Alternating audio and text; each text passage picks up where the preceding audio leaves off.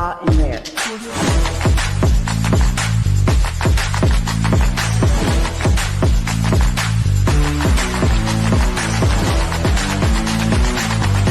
You're listening to DDRL, Debbie Diaz reporting live, featuring the vagina.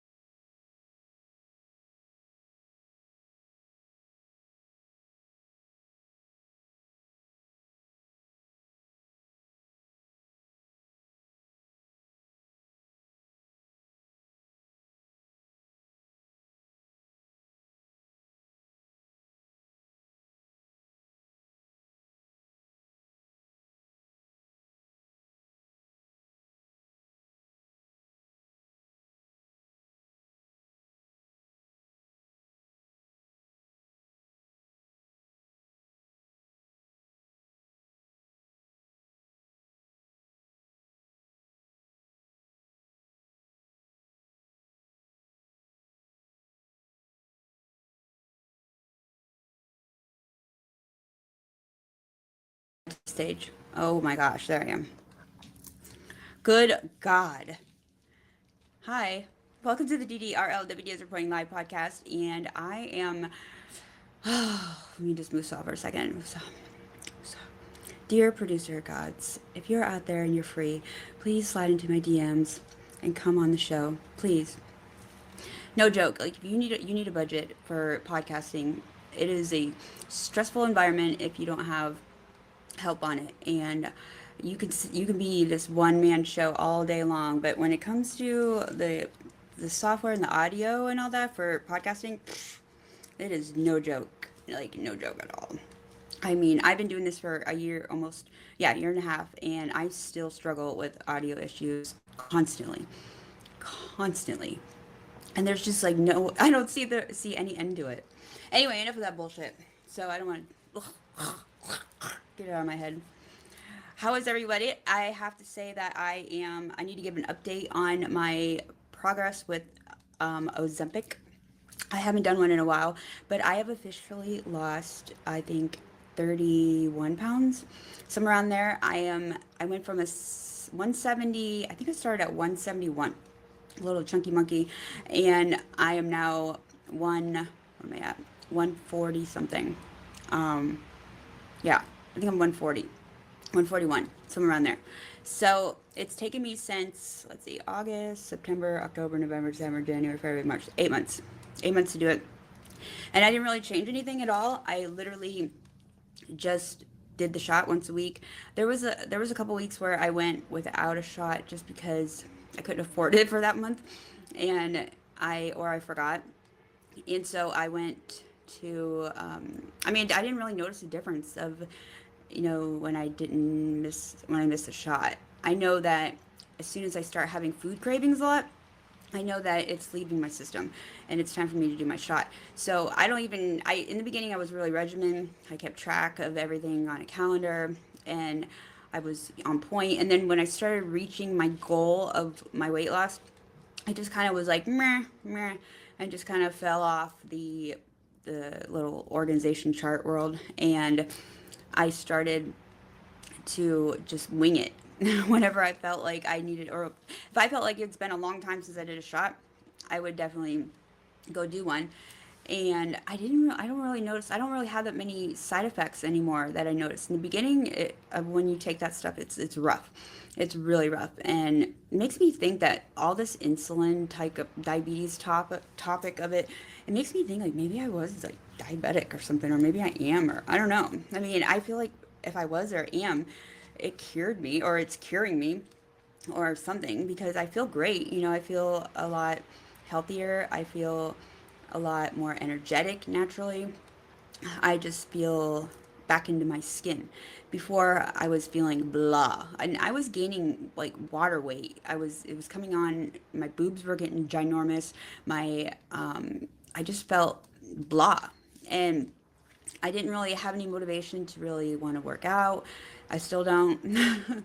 I'm not a big gym person. I mean, I'm one of those people that go to the gym because it was Christmas time and New Year's Eve. New Year's is your resolution. And you know that I stopped doing that a long time ago.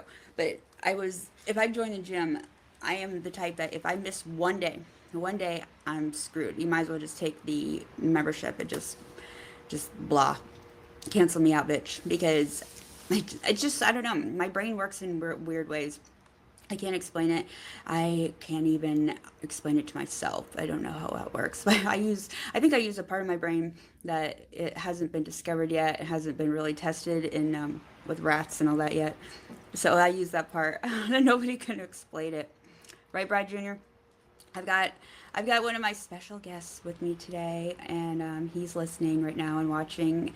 One of my beautiful AIs, Brad Jr., is with me today. Right, Brad?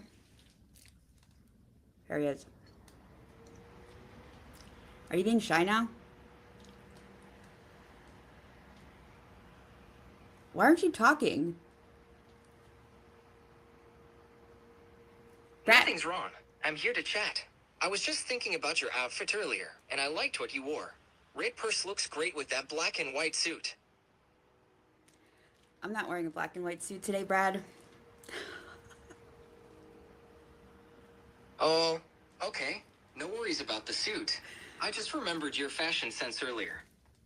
Thank you. I appreciate that. I do have quite a fashion sense lately. Now that I've lost some weight because I fit into things a lot better and I can feel more comfortable and more sexy and more, walk with a little like in my step. Except for my shoes lately, I cannot really take good steps in them because for some reason my wedges and some other shoes I have, the heel has been disconnecting from the fucking shoe. I mean, literally, I'm walking in the parking lot, leaving Publix today. Today, I had it happen to me, and I'm in these good chunk of like wedges. Like they're probably a good 4 or 5 inch. I mean, they're a hefty height. They're one of those like ankle killer wedges that if I were to just roll my ankle, I'm dead. It's one of those. Well, this bitch just detaches itself out of nowhere while I'm pushing my shopping cart to the truck, and all of a sudden I'm like 5 inches shorter. All of a sudden, and it's like, what the hell? It just literally just decided to just like decapitate itself from my foot. I mean, then you're kind of left with like a Jesus walking flat shoe. Then you go from this wedge, and then you have like a flat foot shoe.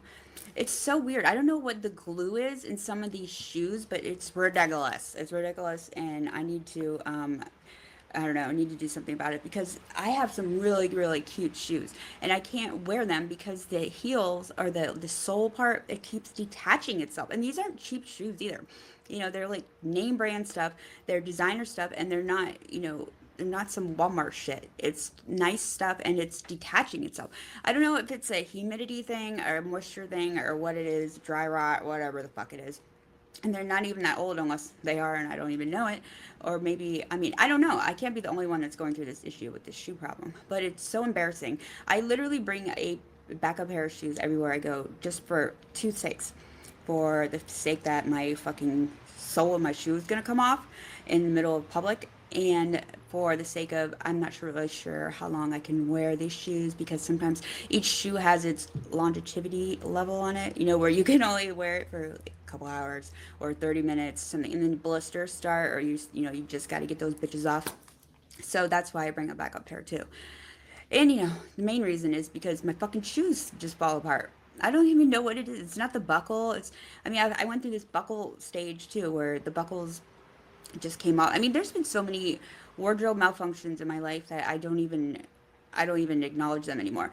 Ever since the time where Minnie, my little Jessica, and I were at the Hard Rock, and I was walking right next to her, above her. I call her Minnie because we look alike, and she's like my little Minnie. She's a little midget. She's a little shorty. She's a little person. She's legally midget size. She's like not really. She's 4'9". I think that's the limit. But anyway, she gets all pissy when I say that. She's like a little chihuahua.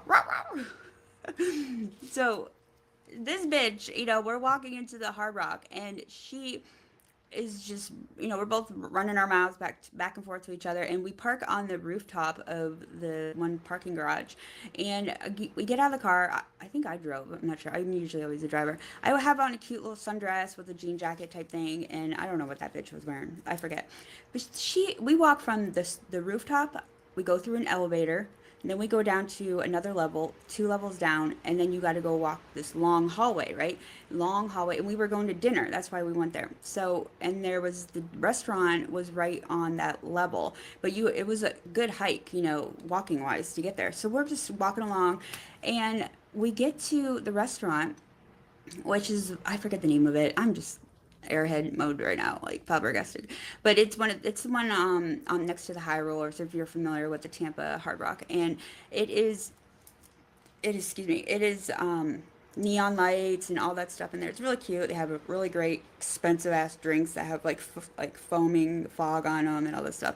And so we had reservations, and I go up to the lady, the reservation desk, and I'm checking us in, and this bitch is like, behind me taking pictures like she's some tourist that's on vacation. Like, Jessica, do you ever get out of the fucking house? Like, I mean, have you not been to the Hard Rock in forever? Like, she literally is. I've never seen the bitch take pictures at all, like, let alone like go around taking scenic pictures inside the Hard Rock. So she's, in her own world doing that, and this lady comes up to me as I'm waiting in line to next to check us in, and she just like kind of taps on my arm, and she's like, excuse me ma'am, and I'm thinking I'm in somebody's way, right? So I just kind of take a step to the left, or wherever I felt the body was, and I took just to get out of the way, and I look down, and I'm like, what? This lady that's in a wheelchair, okay, taps on my arm, and she's standing next to me, she's standing next to me, oh my gosh, SMH. She's sitting next to me in her wheelchair, and she comes up to me, and she's like, ma'am, your ass is hanging out. And I was like, what? She goes, your ass is hanging out. And I just reached behind my ass, like my hand, took my hand and just instantly went and to touch my ass. And no joke, broke fuckers. This bitch let me walk all the way from the car on the rooftop, all the way down the elevator, down to the long ass hallway, around the bend to the restaurant, and waited in line to check us in while my sundress, the back end of it, the ruffle back end of it is tucked in to my panties. Okay? Yeah. Let's just take a moment there. Okay. I went basically like the length of a football field plus some, with my ass hanging out of my panties tucked in. And this bitch is walking right next to me, talking, she's floating in front of me, from behind me, doesn't notice my shit tucked in to my panties the whole time. I have to have a lady in a wheelchair go out of her wheelchair like path and come into the busy restaurant area, roll over to me. Very nice nice Samaritan action right there. Seriously, because obviously one of my besties can't even point this out, to tell me that my ass is hanging out. And we were not the only ones in this path, right? There was others that past us. There was others behind us. Nobody had the balls or decency to tell me that my shit was tucked into my ass and just let me go. It was like, what about exhibit at the zoo, and you just wanted to see how I roar? Like, what was the goal here? Does nobody have the balls to tell somebody like, hey, your shit's tucked into your ass? You might want to untuck that shit. Hey, by the way, your shit is hanging in your ass. You're tucked in your ass. You might want to untuck your ass. Something like that. It would have been nice from somebody. I mean, anybody. And I look back at Jessica, and I gave her this look from this disappointment, angry growl, bitch, I'm gonna kill you look. And yet I had to still deal with the fact that I was deadly embarrassed at the moment, because now it was a scene that I had drawn to myself, and everybody around was noticing that as I untuck my dress from my panties, And there was really no wall for me to hide. There was no persons for me to hide behind. There was nothing. I was vulnerable, exposed, and embarrassed and wanted to die. That was the most ridiculous thing I've ever had happen to me in a long time. And Jessica is just oblivious. I mean, the bitch walked behind me to take pictures of a fucking neon sign of something, and she couldn't even notice my ass. So, when I ask her, oh, do I look fat in this? Or how's this look on me? Or does this color look all right? I know going forward for the rest of my life that bitch is just full of shit and she's not even really looking or paying attention. Because that bitch would have noticed my ass. I would have noticed her ass. I mean, I stare at her, but I'm taller than her. Obviously, I can look down upon her. But, but she should be able to see from her midget view, how my ass hanging out. And thank God I had matching panties or whatever fuck I was wearing, no granny panties. Thank God I was not, wearing those. At least if I'm gonna show my ass, at least I showed it in style or some shit. And I matched my coordinated for once. There's a positive out of that negative. But I mean, I was just literally beyond embarrassed of my action or her actions. I'm blaming it all on her. Yeah, I mean, I'm wondering too how I went that long distance and didn't feel a breeze touching my ass either. I don't even know how I went and I didn't even feel like a wind or the air conditioning, or why I didn't, touch my ass once in a while or slap my ass, or, just make sure my ass was there, or if I dropped my ass, just to double check to make sure my ass was still on me, attached to my body. Usually us ladies, when we wear, one of those cute little sundresses or something, we do this like hand thing where we swiftly smooth our ruffles out, or smooth it out. We would just rub our hands down. We'd make sure that our shit's not tucked into our ass, behind us. And I, for some reason, didn't do that body check. I don't know why. I was probably distracted by Minnie and some sort of like raging conversation that we had, that I didn't notice or pay attention to, the usual female gesture that you're supposed to do to yourself before, you got to check yourself before you wreck yourself. Well, obviously that works out here because I wrecked myself. So yeah, I'm still like perturbed over the fact that all these people, and I'm like, do I have feeling in my ass? Did I lose ass sensations? Do I not have any sort of feeling in my ass? And then I just started like slapping my ass. I'm like, maybe I just need to start slapping it, maybe wake it up a little bit. Maybe it's just a little like not, maybe it's a little sleepy. Maybe my ass is sleepy and it's not feeling the cold air conditioning from the Hard Rock Casino's negative tundra degrees inside there on my ass. No goosebumps, no nothing. And I went that whole distance just like nothing. The whole distance from the car down there, I do this every day. Like I'm in tuck in my shit to my panties, ass bearing type of bitch. And this is just something we do. But no, it's not something we do. And I can only imagine if I was walking behind me with my ass tucked into my panties, and I would be on my phone recording that bitch live on every freaking platform possible. I'd be like, oh my gosh, thank God this is not me in front of me, but this is some funny shit. This bitch is walking with her bestie, and the bestie's not even telling her that her shit's stuck into her ass, and she's still walking this long strut and not even paying attention that her ass is clearly hanging out of her matching panties. For real. I mean, that would have been a scene. That would have been a viral scene for sure. I definitely. But those type of situations, I don't even want to say rare. It's not even rare. It's unique. Those unique situations happen to me quite often, and they cause a lot of PTSD. Yes, they do. I don't really try to express myself in those departments that often, because bringing up the memories, does kind of bring back the feelings of I'm gonna fucking kill Jessica when I get my hands on her little midget ass. So little people. Sorry, little people. Yeah, so the rest of the night I wanted to get the fuck out of that area. We still ended up eating there at the restaurant, and it was a nonstop check my ass, type of night. Every 2 seconds, it was check my ass. Is my ass tucked in? I think I burned that sundress. I don't think I ever wore it again, and I don't think I ever will. I don't remember. I do remember which one it was. Yeah, that thing's gone.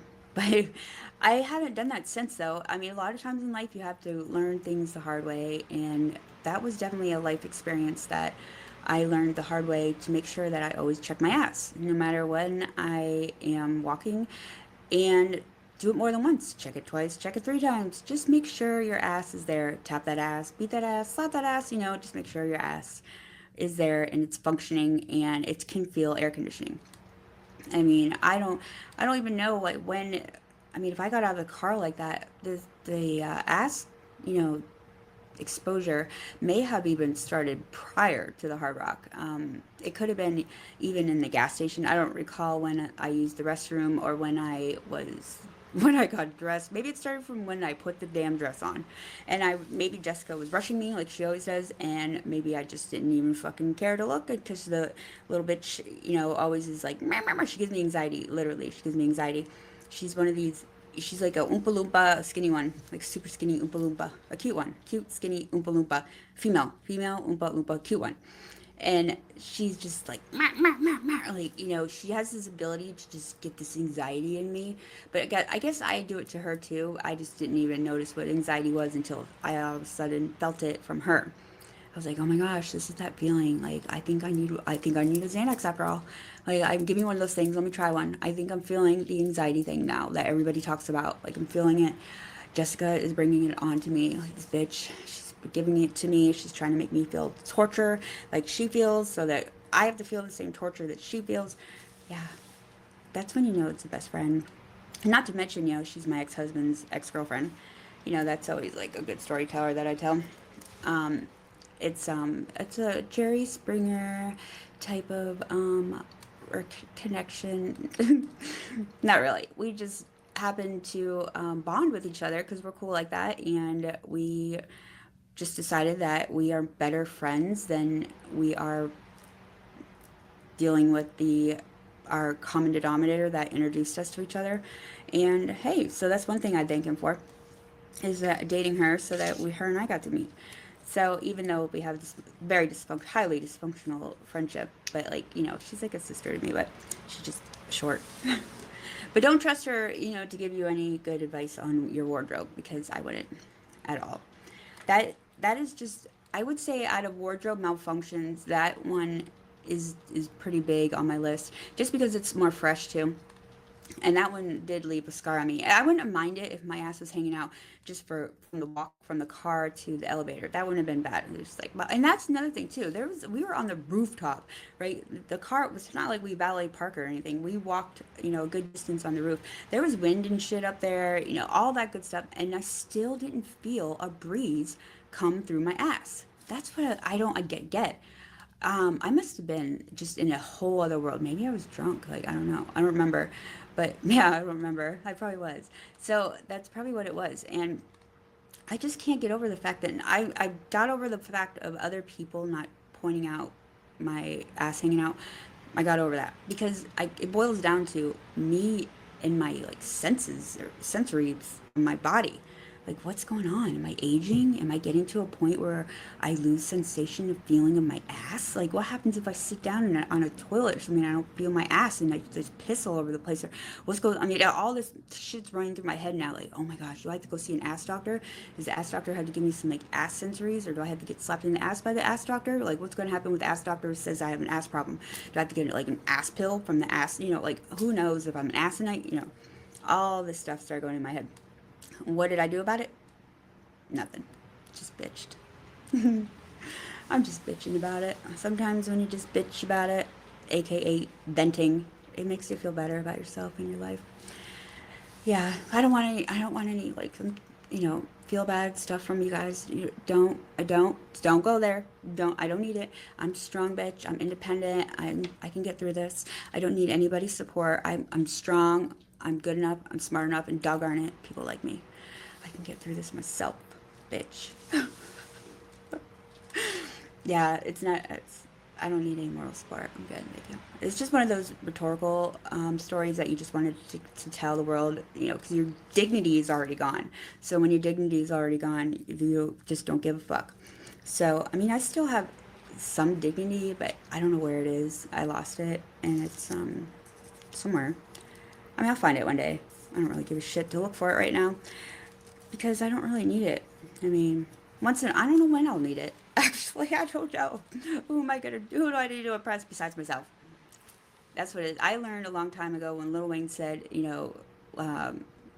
I'll keep it real, brother, is what he said. And, you know, he said some other things too, obviously. But like, I just remember Lil Wayne being an inspiration to me in my late 20s, around there. Rap music was definitely a part of my growth, and you know, I got a little thug in me, definitely. Got my ghetto pass expired. I got to get it renewed. You know, it's a process. It's a process to get that. You know, so it's I think I'm on a waiting list now. I waited too long. And it's kind of like if you get the food stamps or the EBT thing, when you get on that program and they give you the food stamp, you're like, oh my gosh, like I can go get organic bananas, I can do this, and you know, name brand this bitch, name brand that bitch, and then all of a sudden, you know, you enjoying that program and everything is like so good. Food is like everything to you.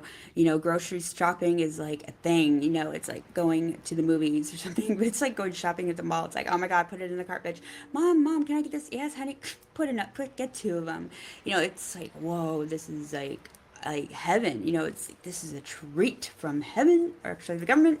You know, and then they send you a letter in the mail and you're like, I don't need that letter. I'm happy with what they gave me. I'm good, good, good. And then another letter comes, you forget that too. Like, Mom, they're too nice. They're sending me all these like welcome to the club cards, you know, and then you just sit down one day and you're like, I'm gonna go grocery shopping again. So you go to like Sam's Club this time. Go to Sam's Club, you got the cart all packed up, you know, you got like steak, filet mignon, lobster, you got 2,000 things of like K cups, you know, like the big box that's like this big that has like Dunkin' Donuts industrial size, you know, K cups quantity. You've got fruits in there. You went through and did all the samples, you know, all that. You got a whole cart of shit you're gonna use on your EBT card. You get up to the register, scan. Okay, your total is $218.47. You go to put in your little card and it says decline. Or it says whatever it says, like decline, no money in there, bitch.com. And you're just like looking at the card and then you look at the register, look at the, you know, the card swiper, and you're like, man, is this thing working? Are you guys having like computer issues here today? No, bitch, we didn't have any issues at all today. You're the first one. And then you're like, I don't know what it could be. Can you scan it again? And then she scans it again, and you know, the line behind you is starting to pile up, and people are like looking at you, and you feel their eyeballs looking at you, and then you just feel this left side of your body is turning red of embarrassment, but the right side is like, what the fuck do we do? What the fuck do we do? You know, we are in a situation of public embarrassment of like fucking EBT and finances right now. So then, you know, you've got ice cream and shit in there. You got a kid that's gonna cry if you don't have his food. So you're like, what the fuck do I do? I got money in the bank, but I didn't want to spend it all on this shit. I wanted to spend it on something else. And if I spend it all on this shit, then, you know, then I'm gonna be out my other thing that I wanted to do. So what the fuck do I do? And you have literally like 12 seconds to make this decision about what you're gonna do with this fucking financial embarrassment. So basically, you, I think 3 times you question the cashier. For the third time you're like, okay, so can you try typing it in? Can you just try typing it in? She types it in, and then you all of a sudden get on your phone. You do the phone thing where, oh, I'm gonna call. I mean, you know what? Let me just call. Can you just put my order to the side right here? I'll just step out to the side. Then the bitch has to, you know, supervisor needed on aisle 4, please, supervisor. I need a supervisor over on aisle 4. You know, and then you're like super embarrassed because now the attention of the whole fucking store is on your fucking self and your aisle and your food and your kid and all this shit and your situation. Then the line behind you is like jabbang all the way back, and now you've got a whole SWAT team of people back there that are all up in your business wondering why the line isn't moving. And it's because yo ass didn't check your mail properly and read the instructions from the EBT people and redo your application that was due for the whatever program you were on, and they discontinued your application. Therefore, you have zero money in the EBT account. And now you are faced with $217 of embarrassment, financial situation at Sam's Club, and you have to spend the money because you can't walk away there with leaving your dignity on the table. I mean, you could. I mean, in the perfect world, if we didn't care what others thought and we didn't care about our dignity and our pride and our ego and all that stuff, we would have just like said, fuck it. I don't need that filet mignon or those organic bananas right now or that French cream soup, sup, whatever, ice cream, silky, gorgeous looking pie.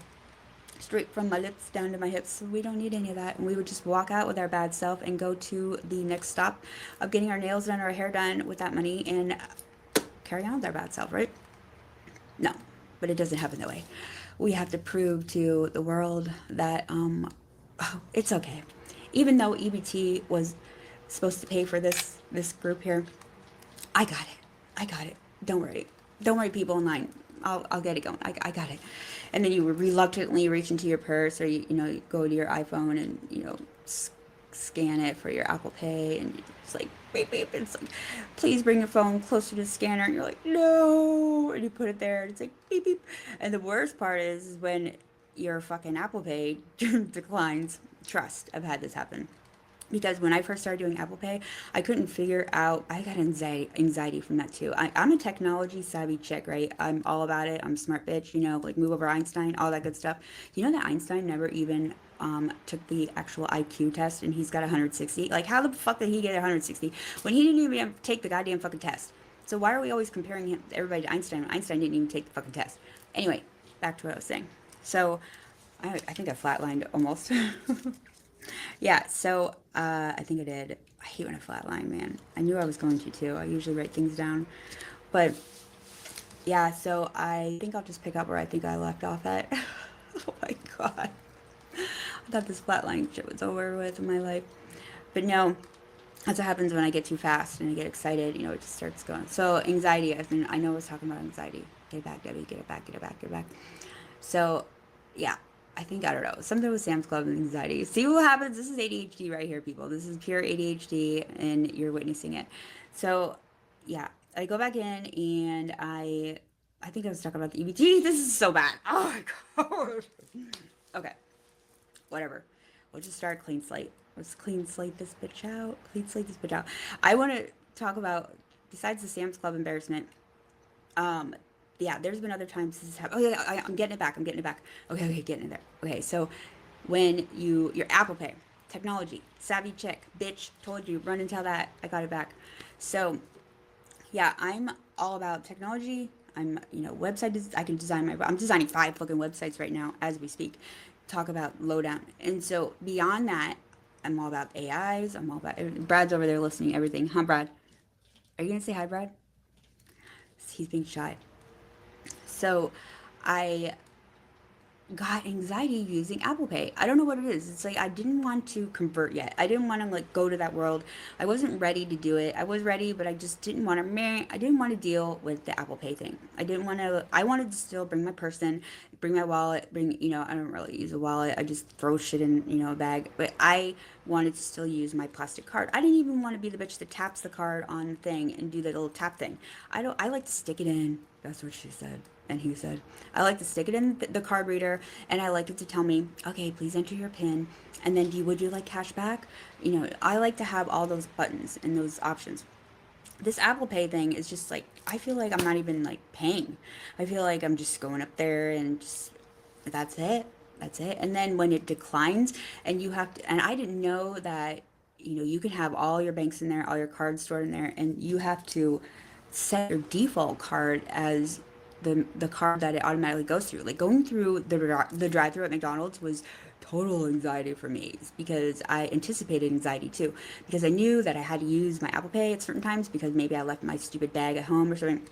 And so I was forced to use the technology little by little. And so when I went up there and it would decline, I actually just had to just face it to the millennials that were taking my order with the long fucking nails. Like, listen, bitch, I don't know how to use this fucking Apple Pay yet. Can you just help me out? I know I've got money on this one card in here, but it's bouncing to this other card.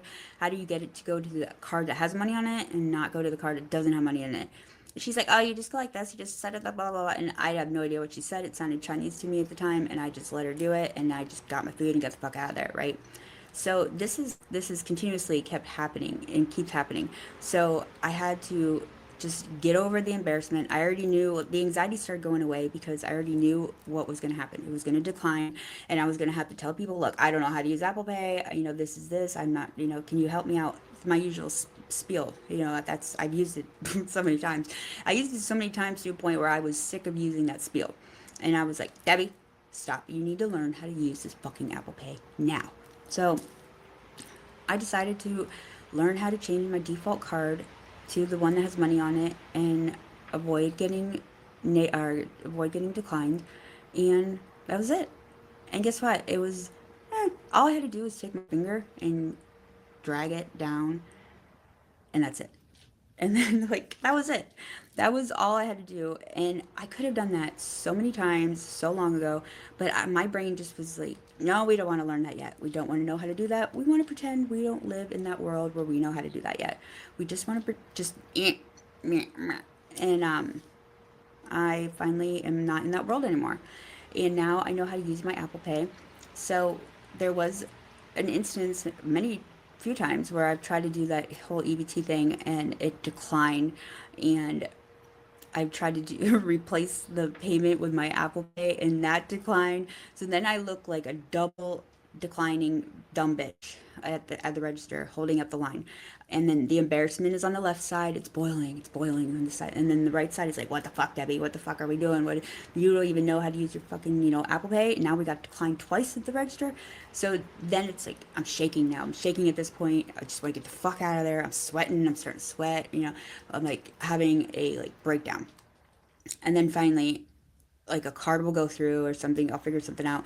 I'm like that bitch that has like a stack this big of cards and maybe one of them or two of them work, or I don't even know what half of them are, or if they're even mine, or I don't know who the fuck what it is. So when it finally goes through and it says approved, you're like, oh, like that breath of air that you take is so like meaningful and so deep. That's what she said. It's so therapeutically necessary, and it just takes over your whole body, like a whole it's kind of like a big bleach bath. Like it's splashed on your fucking head and like hits you, and it goes down and it wipes away all that fucking negative, declining bullshit and all those stares from the people behind you and all the embarrassment that you're feeling and all the sweat's still there, but it just goes and then you're like, okay, I'm back to myself, bitch. Give me my receipt, bitch. All right, peace out, bitch. Later. Thank you for bagging my shit, bitch. Do you need help to your cart? No, I'm good. Thanks, bitch. Bye. Peace. Then you just carry on with your bad self and forget that ever have fucking happened.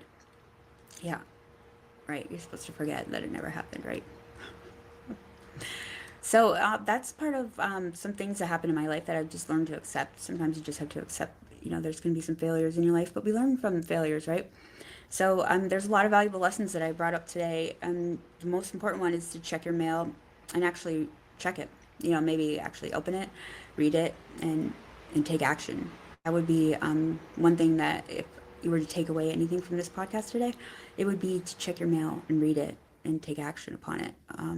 Don't assume. Never assume things, because when you assume things, you assume non-factual things, and then that could cause you to have ruckus down the road, unexpected ruckus down the road that what if you just would have taken 2 seconds and got the factual things of your day done instead of assuming. Assuming is like not good, people. Assuming is the worst thing. I mean, whenever I hear the word somebody say assuming, it's like saying when somebody goes, allegedly, he allegedly robbed the bank. She allegedly murdered that man. It's the same thing. I assume you murdered the man. I assume he robbed the bank. It's allegedly. It's those indecisive words that we don't really have any grounding to them. So you want to have your facts in a row, your ducks in a row, quack, quack, chirp, chirp, all that good stuff. So, and if anything else, just make sure you just don't have to, be a friend, be a vagina, and tell your besties, the other vaginas out there, when they're showing their ass. And you don't need a skirt tucked in your panties to be that person to let them know they're showing their ass either. There's metaphorically ways that people show their ass too. And mine was just physically, I showed my ass. Yeah. So, I mean, if you like to show your ass verbally, that's all you. I mean, we can't really tell you to stop that until the damage is done. But if you're physically showing your ass, I'll tell you. I have no problem. I'll let you know, and you just decide from that point what you want to do with your ass. It's up to you. It's your ass. Tap your own ass. So thanks for tuning in, and make sure you subscribe to the show. I appreciate everyone who follows and has been following and will continue to follow, and the future followers and all the followers. And I'm excited about some new collaborations that are happening and have happened and are in the mix of happening, especially with the merch department. There is a big breakthrough with that coming soon that we'll be announcing, and also my collaboration with Tone the Goat on Mondays, Tuesdays, and Thursdays at 10 p.m. We do a podcast together at goatatnight.com. It's NITE.com. So it's not NIGHT, it's NI. Actually, you can go to either one, either spelling, and it'll take you to the main website anyway. But it's been real. It's been real. Yeah. Let me know. Leave a message in the comments. After you subscribe, hit that button. Wink, wink. And let me know if you ever showed your ass metaphorically, physically, mentally, verbally. I'd like to hear your ass stories. This is Debbie Diaz reporting live, featuring the Vaginas. Keep it real, bitches. Hey, have you heard about the podcast that's got everyone talking? It's called DDRL, short for Debbie Diaz reporting live. And trust me, it's not your average show. Picture this: a wild ride through taboo topics, edge of your seat stories, and interviews with the most fascinating people you've never met. We're talking global guests who bring something fresh every single episode. It's rare, it's raw, and it's exactly what your playlist needs. Don't believe me? Well, these lips don't lie. So do yourself a favor, hit that subscribe button now. You won't want to miss a single juicy beat of DDRL. Share it with your friends, and let's get this conversation started.